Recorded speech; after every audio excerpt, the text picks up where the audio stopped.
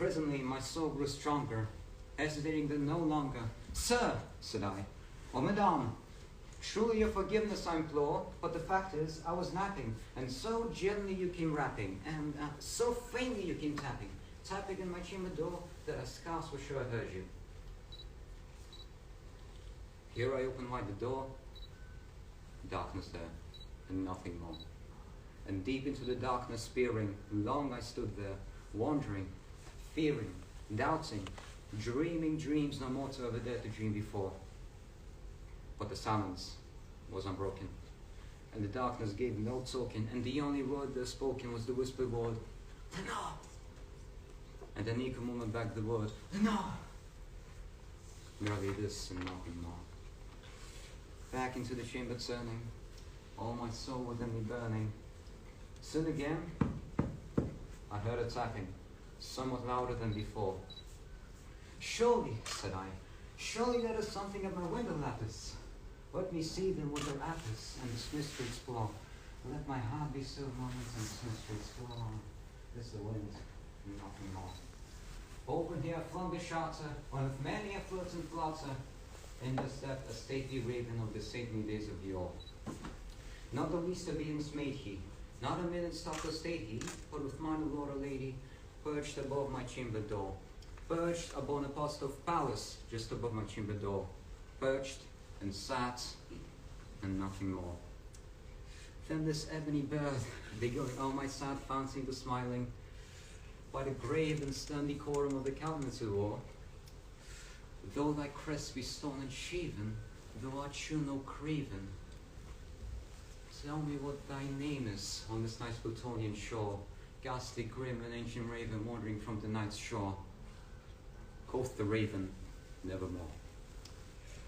Much I marveled this ungainly fowl to hear discourse so plainly, though it sounds a little mean and little relevancy though, for we cannot help agreeing that no living human being ever yet was blessed with seeing bird above his chamber door, bird or beast above his chamber door with such name as nevermore.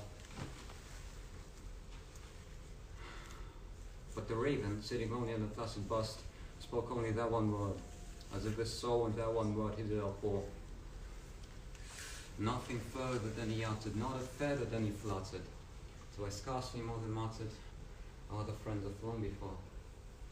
On the morrow he will leave me, just as my hopes have flown before. Then the bird said, nevermore. Startled at the silence broken by reply so aptly spoken. Doubtless, said I, what it utters is its only stock in store, caught from some unhappy master whom unmerciful disaster followed fast and followed faster, to his songs thou one burden bore, to the dirges of his hope thou one melancholy burden bore of never, nevermore. Then the ebony bird, still beguiling all my fancy into smiling, straight I wheeled a cushioned seat in front of bird and bust and door. Then, upon the velvet sinking, I betook myself to linking fancy unto fancy, thinking what this ominous bird of yore, what this grim, ungainly, ghastly, gaunt, and ominous bird of yore meant in croaking nevermore. This I sat engaged in guessing, but no syllable expressing to the fowl, whose fiery eyes now burned deep into my bosom skull. This I sat divining, with my head at ease reclining on the cushion's velvet lining, with the lamplight glowing over. But whose velvet lining with the lamplight glowing over she shall press nevermore.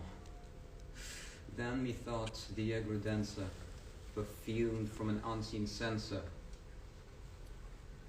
sworn by seraphim with his footfalls sinking on the tufted floor. Wretch, I cried, thy God hath lent thee, by these angels he hath sent thee, respite, respite and nepenthe, from thee memories of Lenore. Quaff, O quaff this kind nepenthe, and forget this lost Lenore. Quoth the raven, nevermore. Prophet, said I, bird of evil, prophet still, if bird or devil. where the tempest sent, or where the tempest tossed thee here ashore. Tossed thee here ashore, from the night's Plutonian shore, on this desert land enchanted, on this home by horror haunted. Tell me, truly I implore, is there balm in Gilead? Tell me, I implore. Quoth the raven, nevermore.